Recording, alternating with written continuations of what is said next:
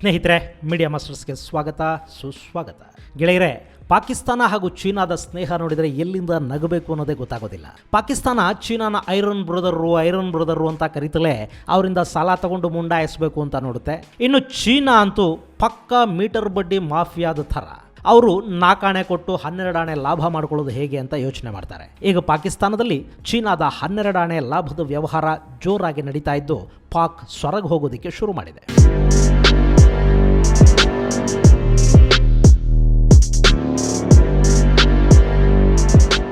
ಮೊನ್ನೆ ಪಾಕಿಸ್ತಾನ ತನ್ನ ಲಾಹೋರ್ ನಗರವನ್ನು ಸುಭದ್ರಗೊಳಿಸಬೇಕು ಅಂತ ಒಂದು ಪ್ಲಾನ್ ಹಾಕೊಂಡು ಅದಕ್ಕಾಗಿ ಒಂದು ಸಾಫ್ಟ್ವೇರ್ ರೆಡಿ ಮಾಡಿಕೊಡಿ ಅಂತ ಕ್ಯಾಲಿಫೋರ್ನಿಯಾ ಮೂಲದ ಬ್ಯೂನೋಪಾರ್ಕ್ ಕಂಪನಿಗೆ ಸಾಫ್ಟ್ವೇರ್ ಸಿದ್ಧಪಡಿಸೋದಕ್ಕೆ ಆರ್ಡರ್ ಪ್ಲೇಸ್ ಮಾಡ್ತು.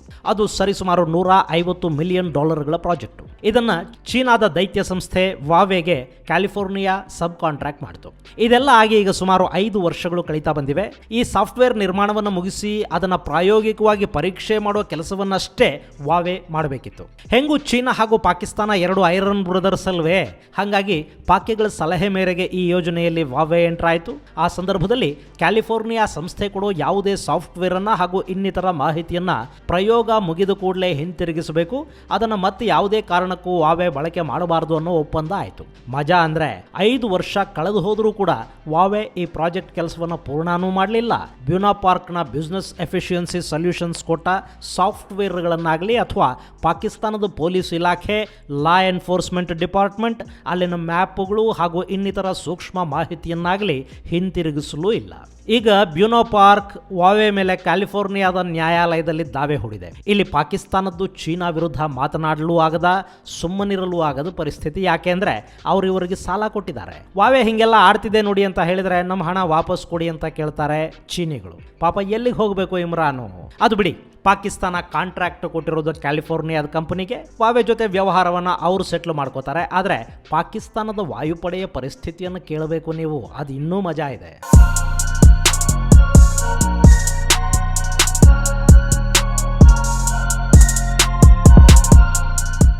ಒಂದು ಕಾಲಕ್ಕೆ ಗೆಳೆಯರೆ, ಪಾಕಿಸ್ತಾನದ ವಾಯುಸೇನೆ ಅಂದರೆ ಅದೊಂದು ಬಲಿಷ್ಠವಾದ ವಾಯುಸೇನೆ ಆಗಿತ್ತು. ಎಷ್ಟು ಬಲಿಷ್ಠ ಅಂದರೆ ಅವರ ವಾಯುಪಡೆ ಭಾರತದ ವಾಯುಪಡೆಗಿಂತ ಬಲಿಷ್ಠವಾಗಿತ್ತು. ಅಲ್ಲಿ ಅಮೆರಿಕಾದ F-16 ಸೇರಿದ ಹಾಗೆ ಸಾಕಷ್ಟು ಯುದ್ಧ ವಿಮಾನಗಳು, ಹೆಲಿಕಾಪ್ಟರ್ಗಳು ಇದ್ವು. ಫ್ರಾನ್ಸ್ನ ಮಿರಾಜ್ ಯುದ್ಧ ವಿಮಾನಗಳಿದ್ವು. ರಾತ್ರಿಯ ವೇಳೆಯಲ್ಲಿ ಕೂಡ ದಾಳಿ ಮಾಡಬಲ್ಲ ವಾರ್ಜೆಟ್ಸ್ ಪಾಕಿಸ್ತಾನದ ಬಳಿ ಇದ್ವು. ಹೀಗಾಗಿ ಅವತ್ತಿಗೆ ಭಾರತ ಸ್ವಲ್ಪ ಡಲ್ ಅಂತ ಅನ್ನಿಸ್ತಾ ಇತ್ತು. ಆದರೆ ಇವಾಗೇನಾಗಿದೆ ಗೊತ್ತಾ? ಪಾಕಿಸ್ತಾನದ ವಾಯುಪಡೆಯನ್ನು ಚೀನಾದ ಯುದ್ಧ ವಿಮಾನಗಳು ಆಕ್ರಮಿಸಿಕೊಂಡಿವೆ ಅನ್ನೋದಕ್ಕಿಂತ ಚೀನಾ ಹಾಗೂ ಪಾಕಿಸ್ತಾನ ಎರಡೂ ಸೇರಿ JF-17 ಯುದ್ಧ ವಿಮಾನಗಳನ್ನು ತಯಾರು ಮಾಡಿವೆ. ಪಾಕಿಸ್ತಾನದ ಪಾಲಿಗೆ ತೀರಾ ಸಮಸ್ಯೆ ಆಗ್ತಾ ಇರೋದು ಇದೇ JF-17ಗಳು. ಅಲ್ಲಿ ಏನಾಗ್ತಿದೆ ಅಂದ್ರೆ, ಅಮೆರಿಕಾದಿಂದ ಪಾಕಿಸ್ತಾನ ಖರೀದಿ ಮಾಡಿದ್ದ, ಅಂದ್ರೆ ಕಡಿಮೆ ಬೆಲೆಯಲ್ಲಿ ಸಬ್ಸಿಡಿಯಲ್ಲಿ ತಗೊಂಡಿದ್ದ ಮತ್ತು ಗಿಫ್ಟ್ ಆಗಿ ತಗೊಂಡು ಬಂದಿದ್ದ ಯುದ್ಧ ವಿಮಾನಗಳು ಹಳೆಯವಾಗಿವೆ. ಇನ್ನು ಅವುಗಳಿಗೆ ಸರ್ವಿಸ್ ಮಾಡೋದಕ್ಕೆ, ಸ್ಪೇರ್ ಪಾರ್ಟ್ಸ್ ಅನ್ನು ಕೊಡೋದಕ್ಕೆ ಅಮೆರಿಕ ಈಗ ಸಿದ್ಧವಾಗ್ತಾ ಇಲ್ಲ. ಇನ್ನು ಫ್ರಾನ್ಸ್ನ ಮಿರಾಜುಗಳು ಕೂಡ ಅಷ್ಟೇ, ಅವುಗಳಿಗೆ ಬೇಕಾದ ಯಾವ ಸರ್ವಿಸನ್ನು ಕೊಡೋದಕ್ಕೆ ಫ್ರಾನ್ಸ್ ರೆಡಿ ಇಲ್ಲ. ಇನ್ನು ಮಿರಾಜ್ ಸ್ಪೇರ್ಸ್ ಕೂಡ ತುಂಬಾನೇ ಕಾಸ್ಟ್ಲಿ. ಈಗ ಅದಕ್ಕೆ ಹಣ ಕೊಡೋ ಸ್ಥಿತಿಲೂ ಪಾಕಿಸ್ತಾನ ಇಲ್ಲ. ಹೀಗಾಗಿ ಅವರು ಐರನ್ ಬ್ರದರ್ ಜೊತೆ ಸೇರ್ಕೊಂಡು ತಾವೇ ಯುದ್ಧ ವಿಮಾನಗಳನ್ನು ತಯಾರು ಮಾಡ್ಕೋಬೇಕು ಅಂತ ಅಂದ್ಕೊಂಡ್ರು. ಯಾಕಾಗಬಾರದು? ಭಾರತ ರಷ್ಯಾ ಜೊತೆ ಸೇರ್ಕೊಂಡು ಯುದ್ಧ ವಿಮಾನಗಳನ್ನು ತಯಾರು ಮಾಡ್ಕೊಳ್ಳುವಾಗ ನಾವ್ಯಾಕೆ ಮಾಡಬಾರದು ಅಂತ ಪಾಕಿಸ್ತಾನ ಚೀನಾದ ಜೊತೆಗೆ ಸೇರ್ಕೊಳ್ತು. ಈ JF ಯುದ್ಧ ವಿಮಾನಗಳನ್ನು ಭಾರತದ ಸ್ವದೇಶಿ ಯುದ್ಧ ವಿಮಾನ ತೇಜಸ್ ಜೊತೆಗೆ ಕಂಪೇರ್ ಮಾಡಲಾಗುತ್ತೆ.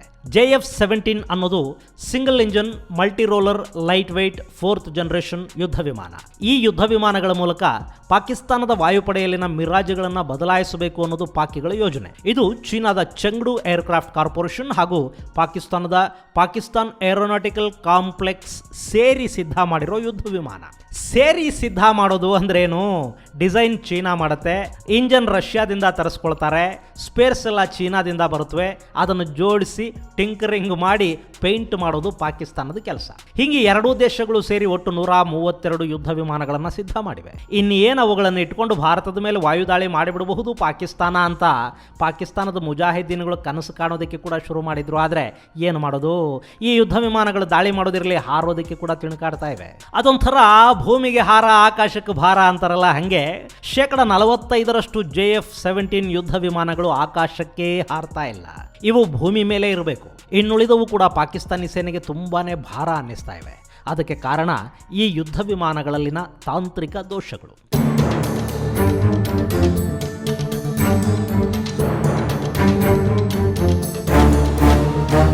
ಹೇಳಿ ಕೇಳಿ ಇದು ಚೀನಾ ಹಾಗೂ ಪಾಕಿಸ್ತಾನ ಜೋಡಿಯಾಗಿ ನಿರ್ಮಾಣ ಮಾಡಿಕೊಂಡಿರೋ ಯುದ್ಧ ವಿಮಾನಗಳು. ಹಿಂಗಾಗಿ ಅವುಗಳ ಸ್ಟ್ರೇಕ್ ಏರಿಯಾಗಳಲ್ಲಿ ಕ್ರ್ಯಾಕ್ ಕಾಣಿಸ್ಕೊಂಡಿದೆ. ಇನ್ನು ಈ ಯುದ್ಧ ವಿಮಾನಗಳ ರಿಪೇರಿ ಹಾಗೂ ಸರ್ವಿಸ್ಗೆ ಸಂಬಂಧಿಸಿದ ಕೆಲಸವನ್ನ ಚೀನಾನೇ ಮಾಡಬೇಕು. ಆದ್ರೆ ಇಲ್ಲಿ ಸರಿಯಾದ ಇಂಜಿನಿಯರ್ಗಳಿಲ್ಲ, ಅವರು ಸಮಯಕ್ಕೆ ಬಂದು ಕೆಲಸ ಮಾಡೋದಿಲ್ಲ. ಇನ್ನು ಮೇಂಟೆನೆನ್ಸ್, ಈ ಯುದ್ಧ ವಿಮಾನಗಳನ್ನ ಮಿರಾಜ್ಗೋ F-16ಗೋ ಹೋಲಿಕೆ ಮಾಡಿ ನೋಡಿದ್ರೂ ಕೂಡ ತುಂಬಾನೇ ಹೆಚ್ಚಿನ ಮೇಂಟೆನೆನ್ಸ್ ಕಾಸ್ಟ್ ಅನ್ನು ಬಯಸ್ತಾ ಇವೆ JF-17ಗಳು. ಇನ್ನವುಗಳಿಗೆ ಅಳವಡಿಸಲಾದ ಇಂಜಿನ್ ಅದು ರಷ್ಯಾ ನಿರ್ಮಿತ RD-93 ಇಂಜಿನ್. ಇದನ್ನ ರಷ್ಯಾ ಬಳಕೆ ಮಾಡೋದನ್ನ ನಿಲ್ಲಿಸಿ ಓಬಿರಾಯನ್ ಕಾಲ ಆಗಿ ಹೋಗಿದೆ. ಇಂಜಿನ್ ನಲ್ಲಿ ಸಮಸ್ಯೆ ಇದೆ ಅನ್ನೋ ಕಾರಣಕ್ಕೇನೆ ರಷ್ಯನ್ನರು ಈ ಇಂಜಿನ್ಗಳನ್ನ ಬಳಕೆ ಮಾಡಲಿಲ್ಲ. ಆ ಗುಜರಿ ಇಂಜಿನ್ಗಳನ್ನು ಚೀನಾ ಖರೀದಿ ಮಾಡಿಕೊಂಡು ಬಂತು. ಇದರ ಸಮಸ್ಯೆ ಏನು ಅಂದರೆ ಈ ಇಂಜಿನ್ಗಳಿಂದಾಗಿ JF-17 ಯುದ್ಧ ವಿಮಾನಗಳು ವಿಪರೀತ ಪ್ರಮಾಣದ ಹೊಗೆಯನ್ನು ಉಗುಳುತ್ತವೆ. ಹೀಗಾಗಿ ಶತ್ರು ವಿಮಾನಗಳಿಗೆ ಇವುಗಳನ್ನು ಟ್ರೇಸ್ ಮಾಡೋದು, ಹೊಡೆದು ಹಾಕೋದು ಸುಲಭ. ಇನ್ನು ಜಾಸ್ತಿ ಹೊಗೆ ಬರುತ್ತೆ, ಆದ ಕಾರಣ ಎಣ್ಣೆ ಜಾಸ್ತಿ ಕುಡಿಯುತ್ತೆ. ಏರ್ ಟು ಏರ್ ರಿಫಿಲಿಂಗ್ ವ್ಯವಸ್ಥೆ ಈ ಯುದ್ಧ ವಿಮಾನಗಳಲ್ಲಿ ಇಲ್ಲ. ಹೀಗಾಗಿ ಆಕಾಶಕ್ಕೆ ಹಾರಿದ 1-2 ಗಂಟೆಗಳ ಒಳಗಾಗಿ ಯಾವುದಾದ್ರೂ ಏರ್ ಬೇಸಲ್ಲೋ ಏರ್ಪೋರ್ಟಲ್ಲೋ ಇಳಿದು ಎಣ್ಣೆ ಹಾಕಿಸ್ಕೋಬೇಕು, ಇಲ್ಲ ಅಂದರೆ ವಿಮಾನ ನೆಲಕ್ಕೆ ಬೀಳುತ್ತೆ. ಅಂದರೆ ದೀರ್ಘಕಾಲದ ಆಪರೇಷನ್ಗಳಿಗೆ ಇದು ಬಳಕೆ ಆಗೋ ಸಾಧ್ಯತೆ ಇಲ್ಲ. ಅಲ್ಲ, ಈ ಇಂಜನ್ ಸರಿ ಇಲ್ಲ ಅಂತ ಪಾಕಿಸ್ತಾನ ಚೀನಾಗೆ ಹೇಳಿದೆ. ಆದರೆ ಅವರು ಬೇರೆ ಇಂಜನ್ನನ್ನು ಮಾಡಿ ನಿಮಗೆ ಕೊಡ್ತೀವಿ, ಅಲ್ಲಿವರೆಗೂ ಸ್ವಲ್ಪ ಸುಧಾರಿಸ್ಕೊಳ್ಳಿ ಅಂತ ಪಾಕಿಸ್ತಾನಕ್ಕೆ ಹೇಳಿದ್ದಾರೆ. ಚೀನೀಯರು ಮತ್ತೊಂದು ಇಂಜನ್ನನ್ನು ಸಿದ್ಧ ಮಾಡಿ ಅದನ್ನು ರಿಪ್ಲೇಸ್ ಮಾಡೋ ಹೊತ್ತಿಗೆ ನೆಲದಲ್ಲಿ ನಿಂತಿರೋ ಬಹುತೇಕ ಯುದ್ಧ ವಿಮಾನಗಳು ತುಕ್ಕು ಹಿಡಿದು ಹೋಗಿರುತ್ತವೆ. ಇನ್ನು ಇವುಗಳ ಬಿಡಿ ಭಾಗಗಳೂ ಸಿಗ್ತಾ ಇಲ್ಲ ಅನ್ನೋ ಸಮಸ್ಯೆನೂ ಇದೆ. ಇಂಥ ಡೊಕ್ಕು ವಿಮಾನಗಳನ್ನು ಇಟ್ಕೊಂಡು ಪಾಕಿಸ್ತಾನ ಪಾಪ ಏನು ಮಾಡೋದಕ್ಕಾಗತ್ತೆ? ಇದಿಷ್ಟೇ ಅಲ್ಲ, ಚೀನಾ ಪಾಕಿಸ್ತಾನಕ್ಕೆ ಒಂದಷ್ಟು ಕ್ಷಿಪಣಿಗಳನ್ನು ಕೂಡ ಕೊಟ್ಟಿದೆ. ಅವಂತೂ ಎಲ್ಲಿ ಹಾರಿಸಿದ್ರೆ ಅಲ್ಲೇ ಬೀಳುತ್ತವೆ ಅಂತ ಪಾಕಿಸ್ತಾನಿಯರೇ ಹೇಳ್ತಾ ಇದ್ದಾರೆ. ಹೀಗಾಗಿ ಪಾಕಿಸ್ತಾನ ಈಗ ಅವುಗಳನ್ನು ಹೊರಗೆ ತೆಗಿತಾ ಇಲ್ಲ.